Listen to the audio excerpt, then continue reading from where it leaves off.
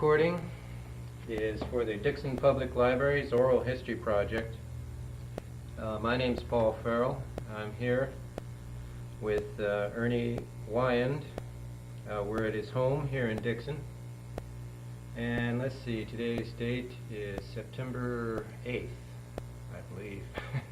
Yeah, that's right, September 8th, 1998. Let's begin by talking a little bit about what kind of family history you might happen to know. Do you remember, or do you know as far back as great-grandparents? Or just grandparents, like me? I don't know much. Well, grandparents, yes. But not great. Okay, well what about your grandparents then? They were not... On my dad's side? On both sides. Well, my grandparents I was named after my grandfather, which was my dad's father, which was Ernest Weyand. He was Superior Court Judge in Colusa County for 25 years, I guess. And he had some brothers, if that's interesting, you know. William of Dixon here was one of his brothers. Julius of Vallejo was another brother. He was a band leader. And then he had two sisters, Aunt Marie Weyand, and Minnie.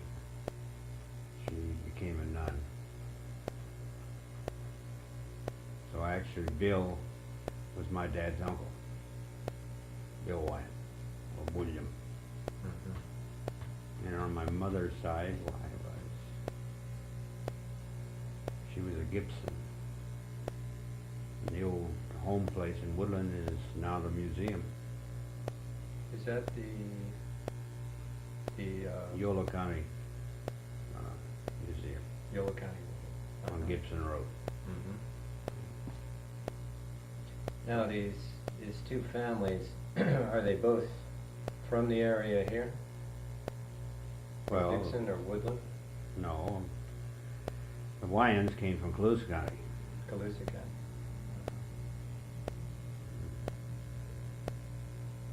Now those are your grandparents. Now your parents, where are they? Ralph Weyand Ralph. and Gazina Weyand. She was a Gibson.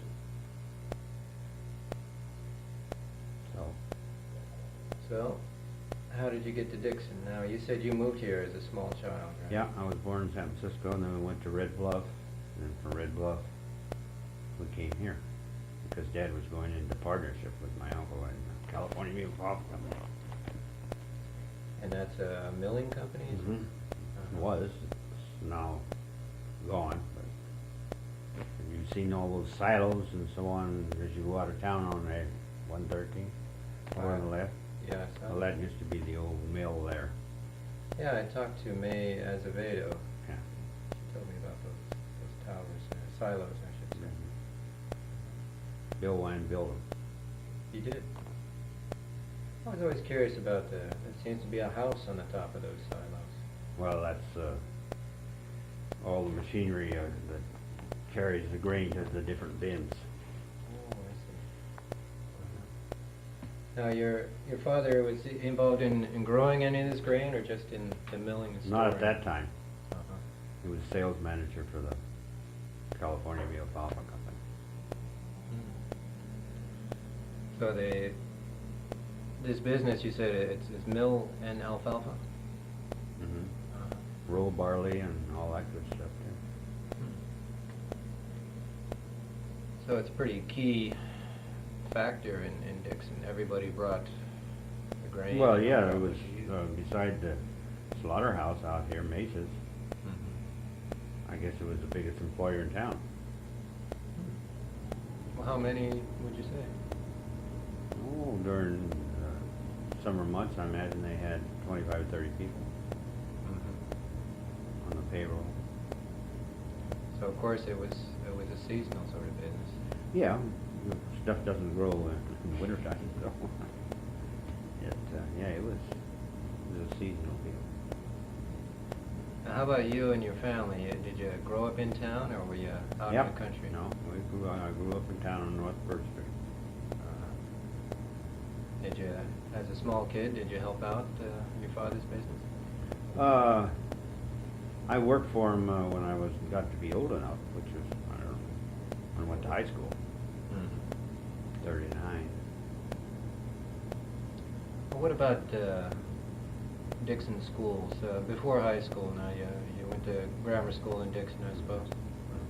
That was Dixon Grammar School downtown? Yeah, Dixon Grammar. In town? See, A, B, C is on C. Where the Anderson School is now was the old Dixon Grammar School. So what'd you think of school? Well, I didn't like school. But it was all right, I guess. And then, of course, Dixon High School, you went to there. Now, that was after they tore down the nice looking Tore the school. old one down, what, in 38? And started building a new one, I guess, in 39, because 39 and 40, we went to school in gymnasium. They petitioned it off, made rooms out of the old gymnasium.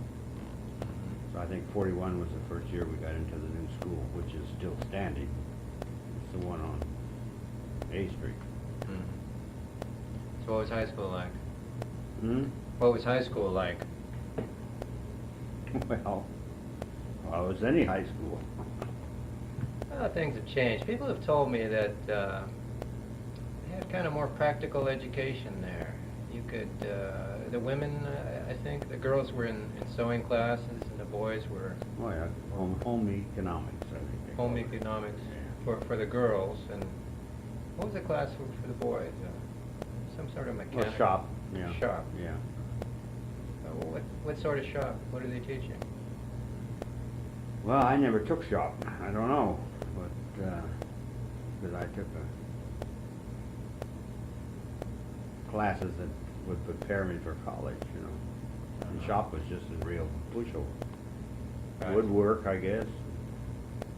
And I don't know whether they had welding way back there or not. I think it was mostly woodwork.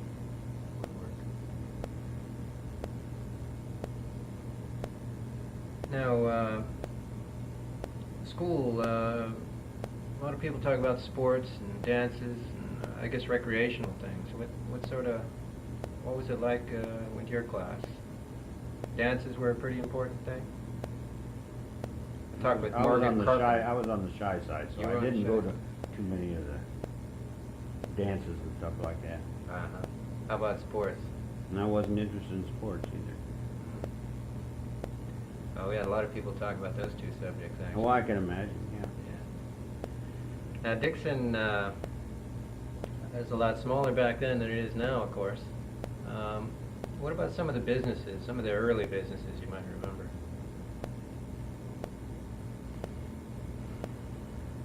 Well, there was, of course, the California Meat Papa Company, and then the slaughterhouse out at Mace's.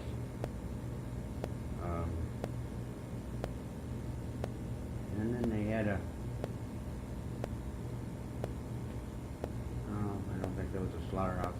Livingston had one down at Midway Road, but I don't know how long, when it went out, or I can't remember then. But we had drugstores and grocery stores. I think we had at one time 1, 2, 3. I think we had 4 grocery stores at one time in town. There were only about 1,200 people. Good competition, I guess. Oh yeah. And 2 butcher shops.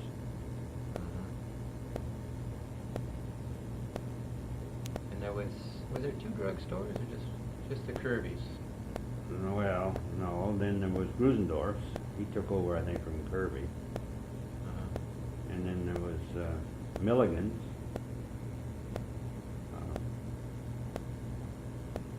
They called it Jim Pharmacy. because years ago there was a saloon there called the Gem. In fact, if you walk down Main Street, there's still brass in the sidewalk. It says Gem. J-E-M. No, G-E-M. That's right, G-E-M. G-E-M. And I think it's right in front of the barber shop in it now, right next to the bank. Now, I heard that was put there because there was a saloon by that name. Yep. That's right. And that's what and it just stayed there. Uh-huh. And then when they opened this drugstore, why, they called it the Gem Pharmacy. Now, let's see, there was a theater in town, right? Mm-hmm. Across the street. It's only the facade that's there now. I don't know what's in there. A couple little businesses, I guess. Now, one that remains, that's moved across the street, is that the Bar and Grill. Right now, I can't think of the name. It's on the corner. Dawson? Dawson. Yeah, Dawson used to be where the real estate building is now, and the hotel. Where Dawson's, I don't remember when he moved there, but sometime in the 30s.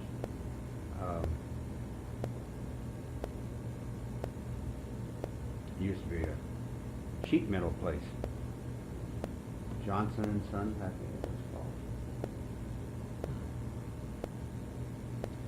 So he bought the building and moved his establishment over there. I talked to Tyke Thompson at a gas station. I talked with Margaret Carpenter. They had a garage. It sounds like there were a lot of garages in town, as well as grocery stores. Well, it was the Carpenter's blacksmith shop, Blacksmith.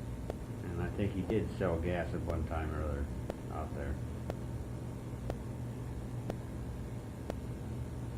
Yeah, and then Carpenter's also had the funeral home. Yeah, I thought that was kind of unusual. And it was. One of the Carpenters was the mortician. I think they told me they started by just building coffins and then went into the mortician. Oh, is that right? Well, I didn't know anything about that. I had an interesting talk with Margaret Carpenter. Margaret Carpenter, where's she? She's up in Woodlake now. Oh, really?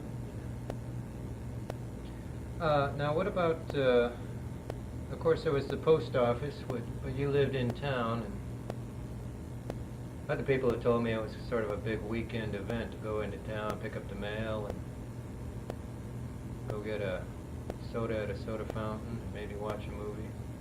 Now, living in town, I guess you're pretty well used to those things. It's not a special occasion.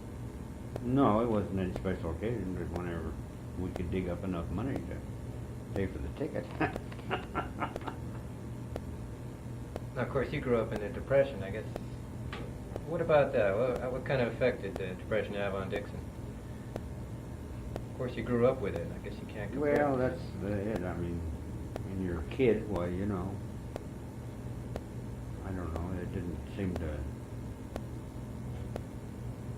course, money was tight. There was a lot of things we probably couldn't do. But we always had 3 meals and a roof over our heads. So.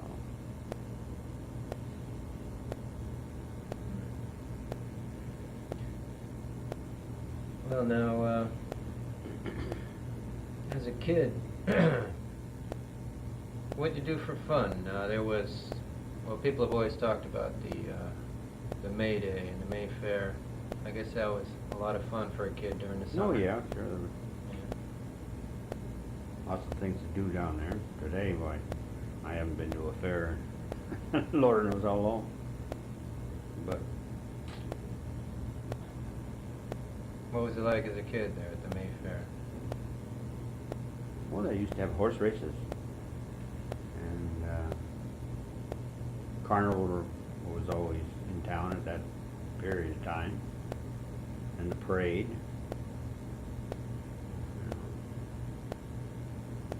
Once or twice we got in the parade.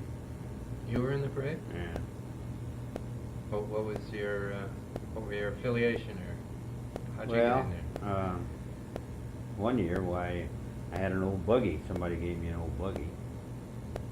And with my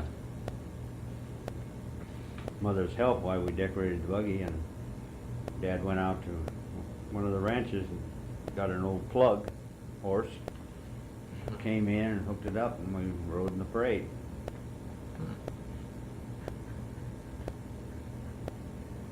Well, what about that? You said you went out and got an old horse to pull the buggy. Now in the 1930s, most everybody was driving cars, or have I got that wrong? Were out in the country, were they still using horses out on the farms? Yeah, Yeah? they were, well, tractors were just coming into their, you know, and displacing horses and stuff, but there still was a few horses around doing certain jobs. And they were, Dad, Uncle Bill was raising alfalfa hay, and a lot of the work was done by horses at that time, in the early 30s. As time went on, why, they got more mechanized, tractors and trucks and stuff did a lot of the work.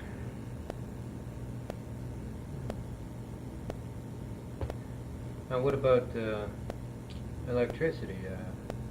I assume you had it in town here. Oh, yeah.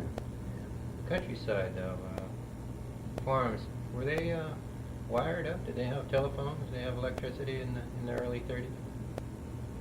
Or was that something new at that time? No, I think electricity was quite common then. Yeah. How about the roads? What kind of shape were they in? Well, some of them were in pretty good shape, and some of them had a lot of potholes and so on. Carl Smizer, he was supervisor at that time, and he'd go out and oil them down in the summertime when. Carl Smizer was road supervisor? Yeah. Uh-huh. So you put oil on That them? that was Alan. Have you talked to Alan yet? No, I haven't. He's on my list, though. Yeah, I figured he would be.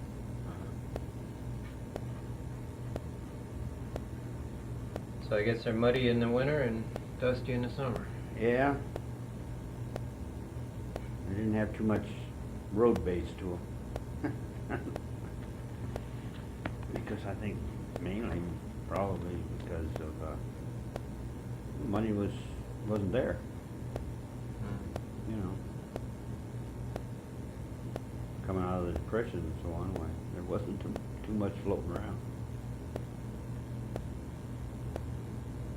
Now, your father's business, I suppose the grain, it was shipped by rail, or Mostly, yeah. mostly rail? Were they? And in the early 30s, everything was sacked. Yeah, I was wondering about that.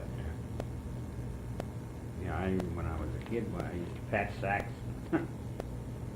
Patch sacks? Yeah. Holes did like this, where you take an old one that had a lot of holes, you cut patches like this and turn the sack inside out and sew it around like this with twine, and then you make a good sack out of it again. Someone was telling me sewing sacks is a real skill. Yeah. Oh, you mean, yeah. Flip it around. That's why some of them could really go, I'll tell you. And all the alfalfa was ground at the mill. Why, it was all put in sacks. And they had a rail. In fact, the rail still, they didn't pull it up. It still goes north of the silos there. Because the actual alfalfa mill was over on E Street, right on the road.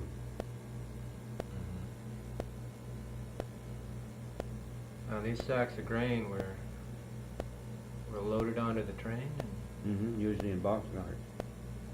so I guess it must have took a crew of men to fill up a boxcar full of sacks of grain. Well, what did a sack of grain weigh? Well, usually 100 pounds. truck, what is it, 1, 2, 3, 4 or 5 sacks on a, gee, I can't remember what they call them. Hand truck. That's what they were called. Oh, I see. So you load 4 or 5 on your hand truck, That's and you right, wheel it in there. Like this, then they would kind of balance themselves like a, you know, and then you've got a couple of wheels on it and shove it into the boxcar, and then take the sacks and pile them into the car itself. So now these seasonal workers, were they sort of local fellas around here, or someone was telling me about quite a few guys riding the rails, coming into town, working for a while and moving off. Are those the sort of guys that were working and loading these trains?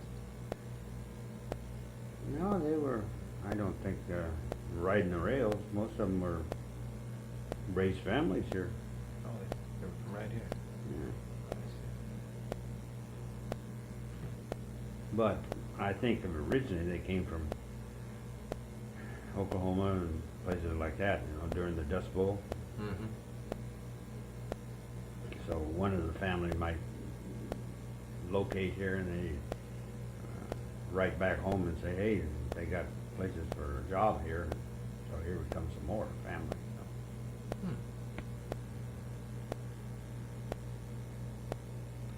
I haven't heard much about that from anybody before, that they were, well, Okies and Arkies, I guess they call Yeah, them. yeah. Any of them ever settled down here in Dixon? Oh, yeah. Oh, they did. The Fannings.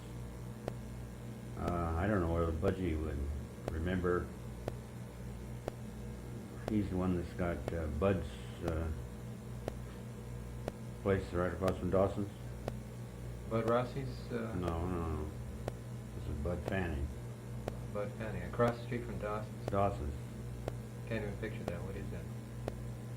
Well, go back here to 8th Street, go past across the railroad track until you come to the stop sign. It's right there on the corner.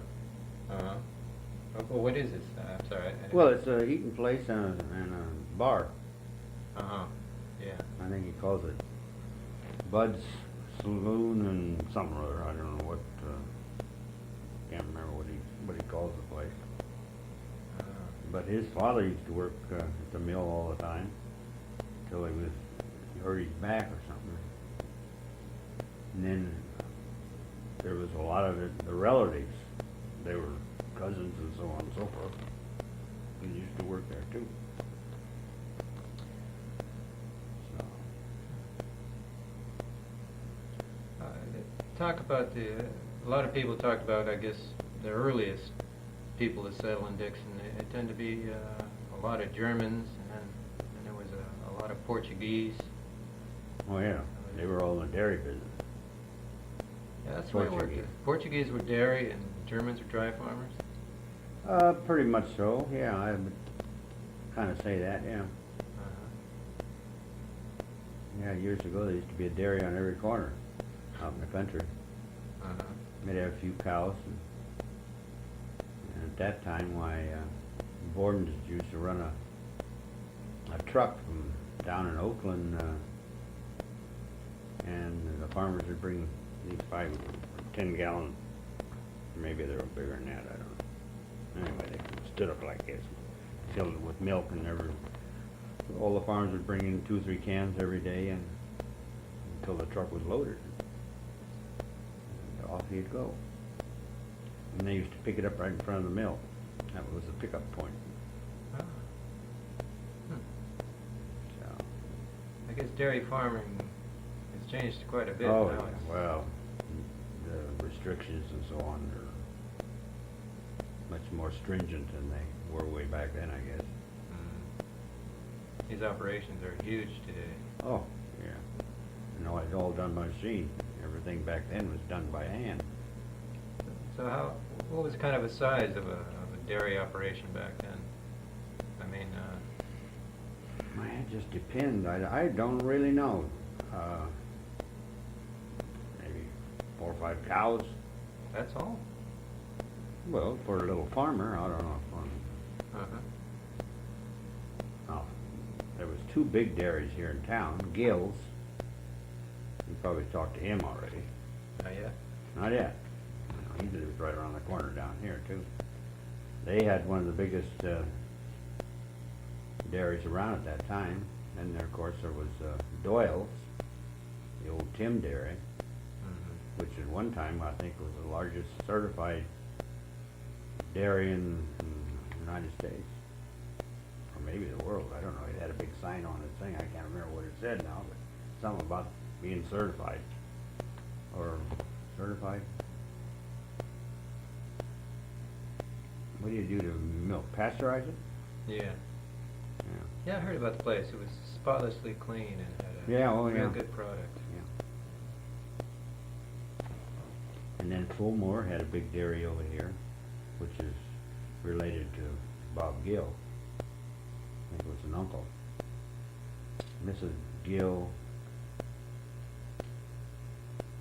was Jim Fulmore's sister, I think. So, but there's not very many dairies now left around the country. Now, what about Weyand?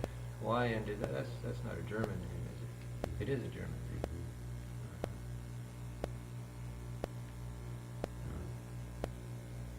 What about the Germans? I guess is that true? The Germans were mostly dry farming, but they did a variety of things, don't they?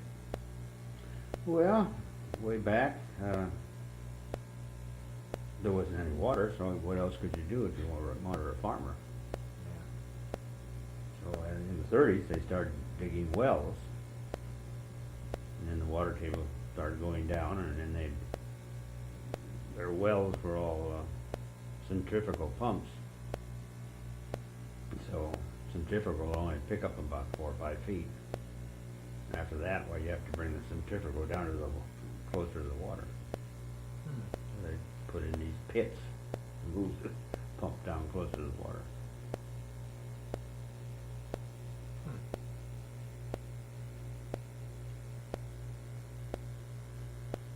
Well, what about another group is the Irish. There's some the Kilkennys are here in town, and they were farmers, dry farmers. Dry farmers. I guess those are the big. I guess you'd call them ethnic groups. Would be the Portuguese, the Germans, the Irish. Yeah, well.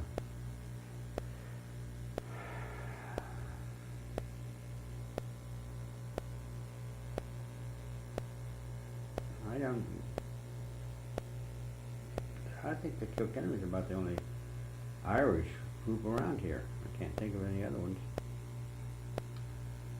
There's another one. I can't think of it either right now. I guess they're not a big group then. No, I don't think they are. Most of them are there's the Schroeders and in the other town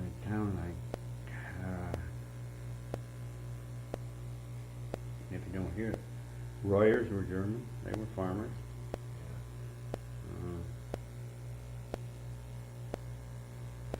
What Tim? What about Tim? Isn't he a German too? Yeah, they're German. Yeah.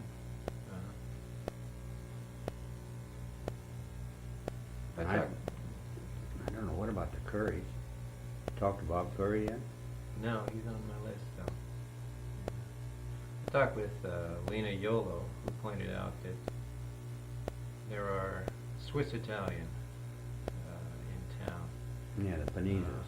Panizza, Baccarini. Baccarini. As opposed to Italian, they're Swiss Italian, she pointed it out. Yeah. No, they had a dairy too. Forgot about Achilles. He'd be a source of information. Who's that? Achilles Panizza. Oh, yeah. Yeah, well, speaking of Portuguese, now they had a parade, the Holy Ghost Parade. And they, what was that all about? Well, that was a religious, Catholic religious parade, and they crowned a queen and all that good stuff. And they had a big feed out at the fairgrounds, sopas. Sopas. Oh, I heard about that. Yeah. Kind of some kind of meat sandwich or something? Well, it's meat, it's not a sandwich. It's not.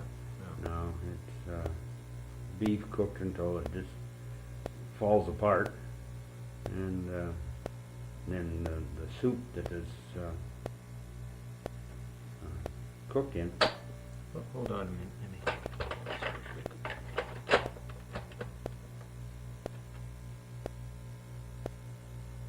Okay, I got this going again now. I see you were describing Yeah, the sopa. soup that meat is cooked in. Why, you cut French bread and put it over the bread, so you don't lose any of the flavor. Hmm. Yeah, they've discontinued that now, I understand. Oh yeah, well, that was all the old folks that came from the Azores and so on and so forth that you put that on. Uh-huh. And now all the young people don't want to be bothered. I talked to Vernon Dutra about that. His father was... Oh yeah, He yeah. led the He whole was the group. one that used to lead the parade. He had a little colorful, I saw that, with a gold-handled walking stick. yeah, but he had also a multicolor, well, a little baton type of thing like this with some streamers on there. And he used to wave it and wander down the head of the parade. I hadn't heard about that. Yeah. I don't know what you'd have to ask Vernon. Vernon's not very good, is he? He's in good spirits, but no, he's not in good health. I haven't seen him in a long time. He just lives he's a down the great corner guy. here too. Yeah, yeah. He quite a wild man in his youth, racing around in cars and motorcycles and airplanes. Yeah, he and his uncle used to go everywhere on a motorcycle. Yeah, quite a guy. Now, what about some of these, I don't know, I guess you call them organizations that are involved in social life around here? We got the Rotary Club and the Masons. Are there any other groups that get people together? Oh, the Oddfellows. The Oddfellows. Nobody's told me about them. Oh, really?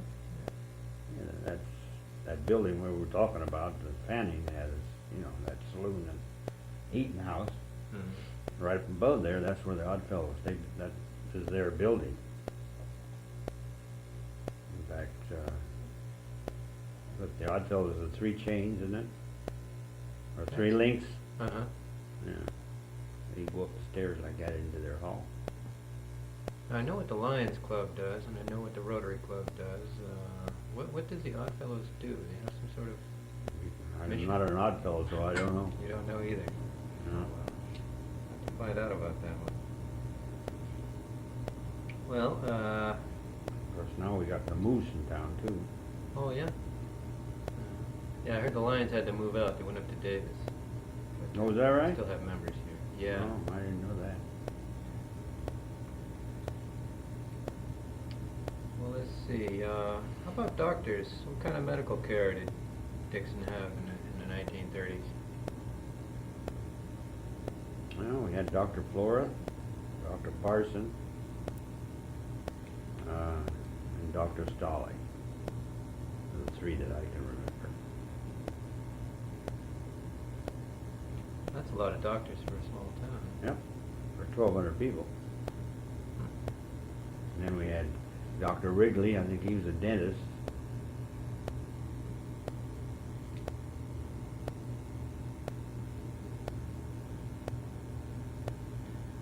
Imagine those names probably you've heard before.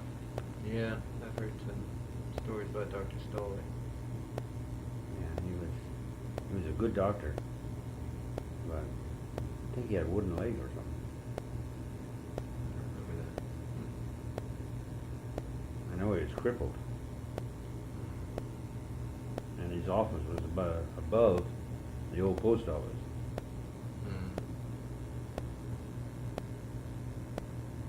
No, in fact, I think Dr. Flores was upstairs too, above the old butcher shop, Paraparty's butcher shop, which I think now is used to be Betty Ann's shop. Beckworth, Barbara Beckworth. I think there's a hair salon in there now. But upstairs, I think was Dr. Flores' office.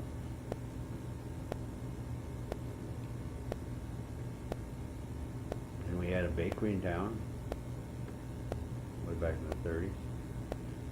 That's right. Seaford's. Seaford's. That's right. I talked to Zanette Seaford. Yeah. The other day. Yeah. Her husband was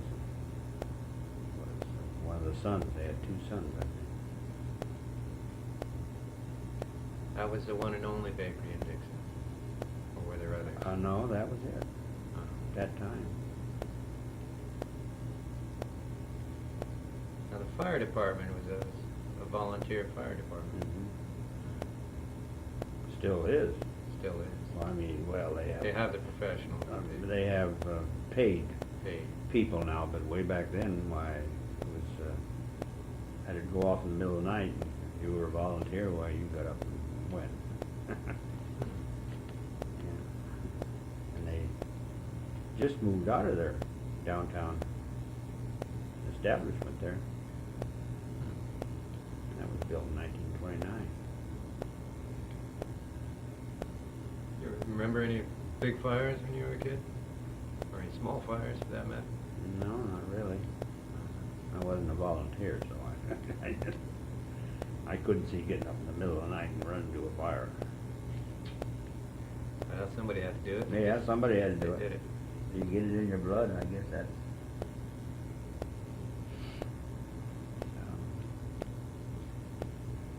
Well, I guess Dixon's been pretty lucky not having any huge disasters. Oh, I think they had it way back. I guess the town practically burned down, but that's why they went to brick. So on what little bit I read about it, you know. But I have no dates or anything like that about it. I think Tig Townsend told me about a terrible crash. Bus got hit by a train. He's in the Don't 20s. remember that either. Yeah, probably too young on that one. Other than that, there haven't been too many terrible disasters No, in Dixon, no. luckily. Well, let's see. Looking at my list of things to talk about, we talked about a lot of stuff here. What did I forget to ask you about? What do you want to say about old Dixon that you think ought to be said?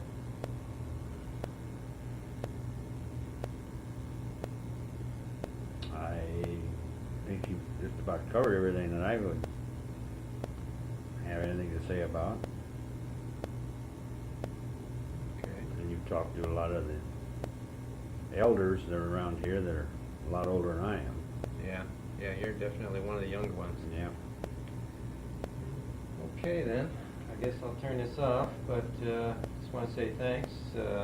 Thanks on behalf of the Dixon Library and the Dixon Historical Society. Well, I don't imagine I did much, but anyway. Everybody gets their little contribution to throw in, and collectively it's going to be a good project. Okay, thank you then. Okay.